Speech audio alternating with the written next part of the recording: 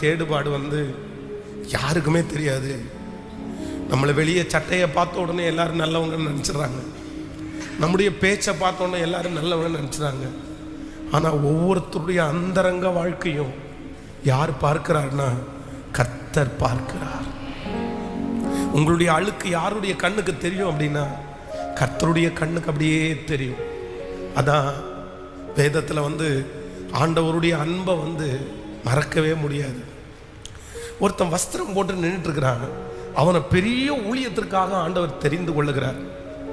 உடனே சத்துரு என்ன நினைக்கிறான் அப்படின்னு சொன்னா ஆண்டவரத்தில் சொல்றான், அவன் போட்டிருக்கிற வஸ்திரம் அழுக்கா இருக்கு. ஆனா நான் நம்புறேன் அந்த வஸ்திரத்தை ஆண்டவர் அந்த அழுக்குகளெல்லாம் எடுத்து போட்டு சத்துருக்கு முன்பாக ஆண்டவர் அவனை சுத்தமாய். நிறைய நேரத்தில் உங்க மனசுக்குள்ள சத்துரு குற்றமான